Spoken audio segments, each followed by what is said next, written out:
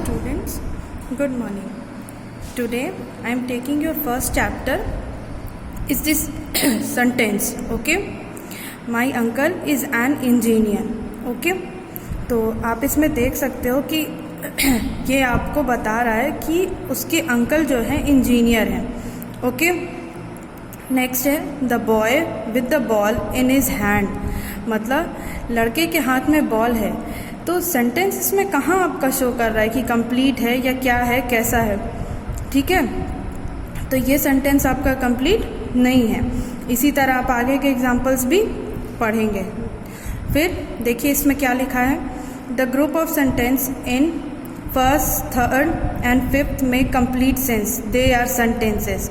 मतलब इसमें पहले ही बता दिया गया है कि फर्स्ट, थर्ड और फिफ्थ आपका कंप्लीट सेंस है. ठीक है. The group of words in 2, 4, 6, the merely list of word put together and do not connectively make the sense.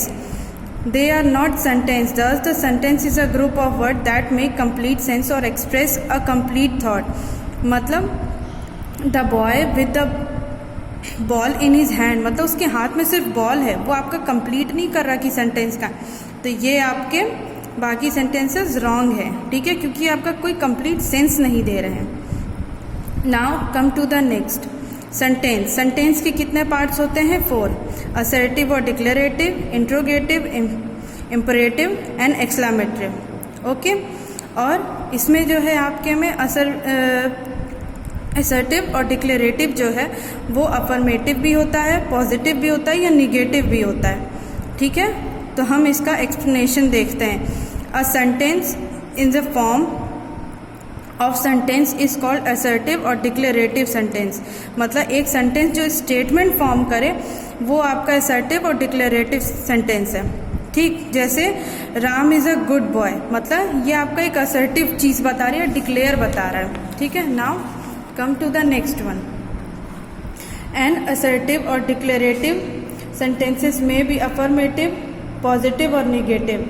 मतलब आपका जो असर्टिव सेंटेंस है या डिक्लेरेटिव सेंटेंस है वो अफर्मेटिव भी हो सकता है, पॉजिटिव भी हो सकता है या निगेटिव भी.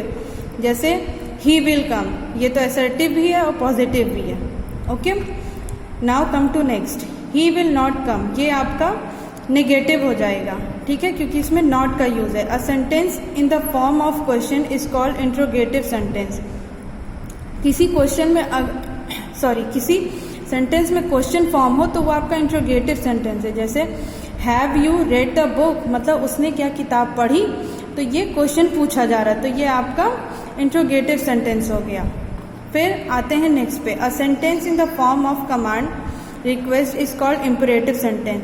मतलब किसी सेंटेंस में आप कमांड देते हो या रिक्वेस्ट फॉर्म करते हो तो वो आपका इम्परेटिव सेंटेंस है. जैसे please bring a glass of water, मतलब वो आपसे रिक्वेस्ट कर रहा है कि आप वाटर जो है ले आइए, ग्लास ऑफ वाटर, उसकी ग्लास मतलब ग्लास में पानी ले आइए उसके लिए. Now come to the next. A sentence is in the form of exclamation express feeling of joy, sorrow, surprise.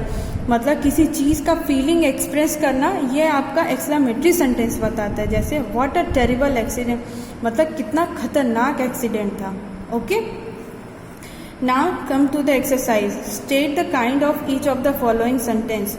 इसमें आपको सेंटेंस के काइंड्स बताने की स्टेटमेंट में जितने स्टेटमेंट यहाँ लिखें उसमें से कौन सा जो है कैसा सेंटेंस का टाइप है. जैसे the girl stood on the table, मतलब ये आपका असर्टिव और डिक्लेरेटिव सेंटेंस है. मतलब सिंपली इसमें कोई क्वेश्चन, कोई एक्सक्लेमेटरी कुछ नहीं है, तो यहाँ पे आपका असर्टिव हो जाएगा. ठीक है, इसी तरह बाकी आपको खुद से करना है. Now come to the next one. Subject and predicate, the two main parts of sentence. मतलब subject और predicate आपके sentence के दो main part होते हैं. Subject क्या होता है? The subject of a sentence is a word or a phrase that says who and what does something in the short. Subject is doer of action. Okay. Predicate, the predicate is the part of sentence that says something about the action of subject. मतलब subject वो होता है जो action कर रहा है, और predicate क्या होता है, जो उस एक्शन को किया जा रहा है उसका आपका प्रेडिकेट हो जाएगा. ठीक है। जैसे यहाँ एग्जाम्पल में भी देखिए, he has going to Delhi, मतलब ही आपका सब्जेक्ट है, हैज़ गोइंग टू दिल्ली जो है आपका प्रेडिकेट है, मतलब ये इसका एक्शन है, ठीक है, और जो एक्शन कर रहा है वो ही है, ठीक है। Now come to the next, how to distinguish between a subject और अ प्रेडिकेट। हम कैसे बता सकते हैं या कैसे अंतर कर सकते हैं कि सब्जेक्ट क्या है और प्रेडिकेट क्या है।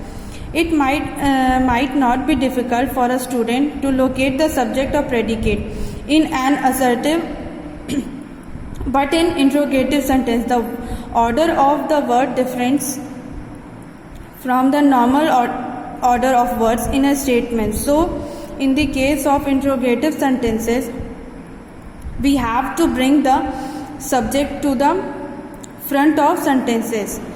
Note, you doer of action, मतलब जो आपका यू है एक डूअर ऑफ जो एक्शन होता है वो कंफर्म्ड रहता है।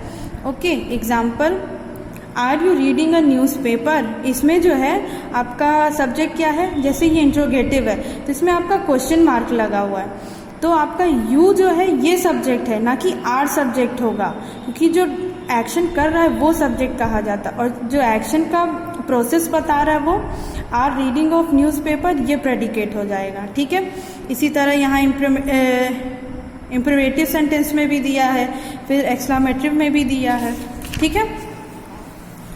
उसके बाद यहाँ पे आपकी एक्सरसाइजेज आ जाती हैं, तो ये एक्सरसाइजेज स्टूडेंट्स ये आपको खुद से सॉल्व करना है और सॉल्व करके मुझे बताना है कि आपको इसमें कोई डिफ़िकल्टीज तो नहीं आई हैं, ठीक है। और जैसा होगा फिर आप क्या कहते हैं मुझे नेक्स्ट वीडियो या क्लास में बताइएगा। Okay, thank you students.